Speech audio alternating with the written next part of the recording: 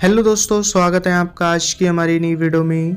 आज हम इस वीडियो में बात करने वाले हैं राजनेता स्वतंत्रता सेनानी महामना मदन मोहन मालवीय जी के जीवन को लेकर। भारतवर्ष में अनेक महापुरुषों का जन्म हुआ, जिनमें से एक महामना मदन मोहन मालवीय जी हैं। मदन मोहन मालवीय महान स्वतंत्रता सेनानी, राजनीतिक और शिक्षाविद तो थे ही, साथ ही साथ एक महान समाज सुधारक भी थे। इन्होंने जातिवाद और दलितों की स्थिति सुधारने के लिए कई सारे प्रयत्न किए। मालवीय जी का व्यक्तित्व अद्वितीय था। वे ब्रह्मचर्य, सत्य, देशभक्ति, आत्मत्याग का दृढ़ता से पालन किया करते थे और लोगों को भी प्रेरित किया करते थे। ये कई संस्थाओं के जनक भी रहे। ये काशी हिंदू विश्वविद्यालय के प्रणेता थे। मालवीय जी मात्र एक ऐसे व्यक्ति थे जिन्हें महामना की उपाधि से विभूषित किया गया। तो चलिए सबसे पहले बात करेंगे इनके जन्म और स्थान को लेकर। मालवीय जी का जन्म 25 दिसंबर 1861 में इलाहाबाद में हुआ था। इनके पिता पंडित ब्रजनाथ व माता का नाम मूना देवी था। इनके पूर्वज मालवा से आकर प्रयाग में बस गए थे।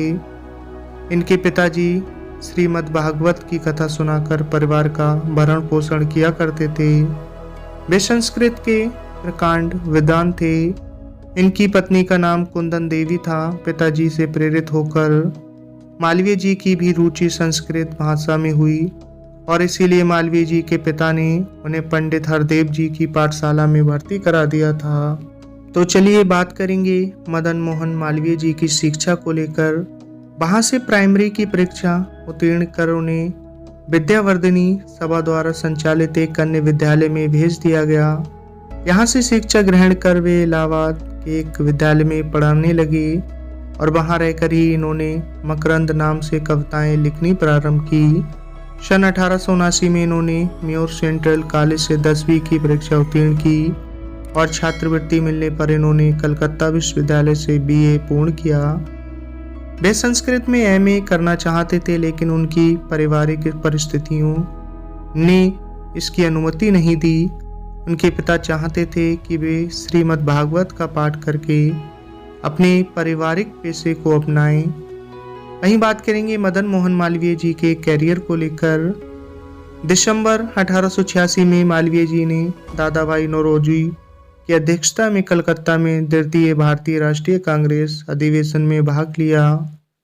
अपनी कानून की डिग्री समाप्त करने के बाद उन्होंने 1891 में इलाहाबाद जिला न्यायालय में कानून का अभ्यास शुरू किया और दिसंबर 1893 तक इलाहाबाद उच्च न्यायालय चले गए थे।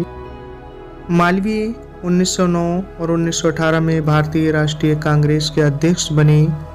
वह एक विचार सुधारक उदारवादी नेता थे। 1916 के लखनऊ समझौते के तहत मुसलमानों के लिए अलग निर्वाचक मंडलों का विरोध किया। वे 1912 से इंपीरियल लेजिस्लेटिव काउंसिल के सदस्य बने रहे और 1919 में जब इसे सेंट्रल लेजिस्लेटिव असेंबली में पारित किया गया तो वे 1926 तक इसके सदस्य बने रहे। मालवीय असहयोग आंदोलन में एक महत्वपूर्ण व्यक्ति थे। हालांकि वह खिलाफत की राजनीति और खिलाफत आंदोलन में कांग्रेस की भागीदारी के विरोध में थे। 1928 में वह लाला लाजपत राय, जवाहरलाल नेहरू और कई अन्य लोगों के साथ साइमन कमीशन के विरोध में शामिल हुए, जिसे भारत के भविष्य पर विचार करने के लिए अंग्रेजों ने स्थापित किया था।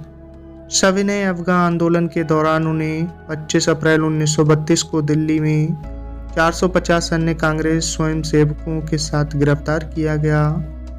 इसके कुछ दिनों बाद ही 1932 में उन्हें सरोजनी नायडू की गिरफ्तारी के बाद दिल्ली में कांग्रेस के अध्यक्ष के रूप में नियुक्त किया गया था।